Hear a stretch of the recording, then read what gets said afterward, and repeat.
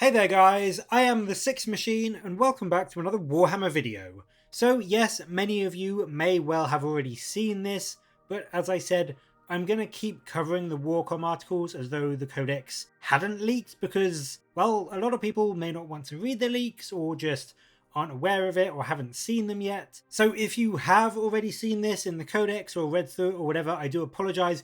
This may just be a rehash of stuff you already know. This is going to be for people that haven't read the leaks, don't want to read the leaks, and still want to keep up to date with what Warcom is showing us. And so Warhammer Community have given us a bit more of a look into the new systems and rules coming for the Tyranids in their new codex, and one of these is this Synaptic Imperative set of powers, which are a set of rules and abilities which are wielded by your Synapse creatures.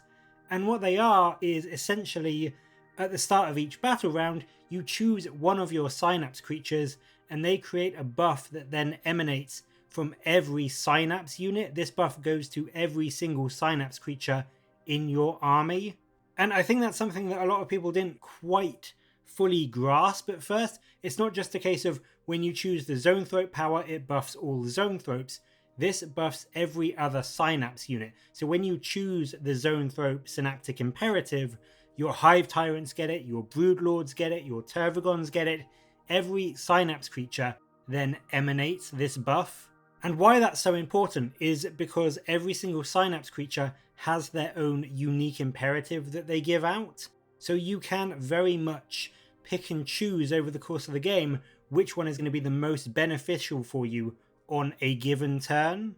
There are some caveats, of course. You can't use the same Synaptic Imperative twice in a game, and you do have to have the Synapse unit on the table that has that imperative to use it. So you can't sort of think, oh, I like the Hive Tyrant one, I'll use that one, if you have no Hive Tyrants in your list or on the battlefield. And so GW have shown off some of the 10 different imperatives that you can access, first of which is the obvious choice of the Hive Tyrant. Now, if you choose his imperative for a turn, then every Synapse creature in your list gains the Relentless Ferocity rule. And what this does is that every friendly Hive Tendril unit in your army within 6 inches of a Synapse creature can charge after they've fallen back. So if you are tied up in combat in turn 2 and you want to go and charge something else or just get the heck out of there, you can activate this imperative in your command phase, and then all of your units, as long as they're within Synapse range, can go off to charge into a squishier enemy unit somewhere else on the battlefield. They also showed off Tyranid Warriors, who are now an unbelievably impressive choice in the Tyranid Codex, and they also have a very, very powerful imperative. With Goaded to Slaughter, you can give all Hive Tendril units within 6 inches of a Synapse creature exploding 6s in melee.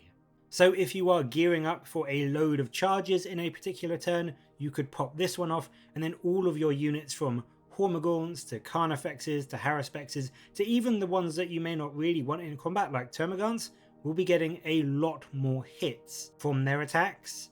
And even warriors themselves are no slouches in melee anymore. They can get up to strength 8 in close combat or potentially get up to 7 attacks, I believe. Not at strength 8 obviously, but they can get a huge amount of both quantity and quality attacks. So I would say this is probably one of the most powerful imperatives available, and it is another reason that you are probably going to see a lot of Tyranid Warriors in lists going forward.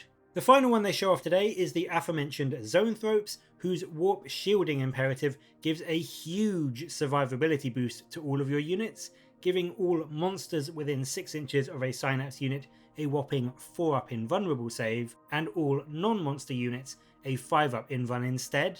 So that is all of your Exocrines, Tyrannifexes, Carnifexes, all now pretty much twice as durable as they were before against high AP firepower. And even things like Termagants and Hormagaunts are now going to be rocking that 5-up invuln to help deal with any weaponry that has AP that would otherwise get rid of their save completely. So this is a brilliant one to get off in the first battle round, especially if you don't get turn 1, because it really will massively dent your opponent's ability to damage your list and kill off a load of your units, so that your things like Hormagaunts will be alive just that little bit longer, so they can potentially make some charges in subsequent turns in the game. So there we go. As I said, there are 10 imperatives to choose from the various Synapse creatures, with things like Neurothropes and Tervigons, and even the new parasite of Mortrex having their own to choose from. And as a quick tease, just in case you did want to know, the others give a range of things like exploding sixes from your ranged attacks, +1 to psychic tests and deny the witch, the ability to perform actions and still shoot. They're very much the same style of bonuses that the Katars and the Necron, what are they called? Not doctrines, whatever they're called, the Necrons have those sort of bonuses. But the benefit of these ones is that you can very much choose which order you want to do them in and kind of change your mind midway through the battle. You don't need to set up before the game which order you are going to choose them in, so they are a lot more flexible and a lot more adaptable based on how the battle is going and how each one is going to individually benefit your army the most.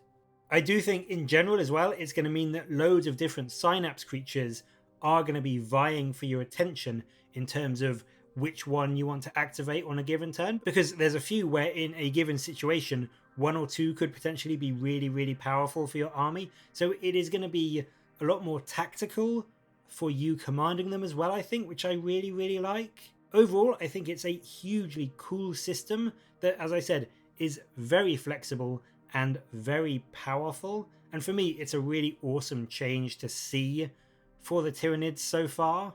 But what do you think of these? Do you like these Synaptic Imperatives? And which of the ones they showed off today do you think is going to be the best? Let me know in the comments below, and as always, thank you very much for watching. Please do like and subscribe for more Warhammer content from me.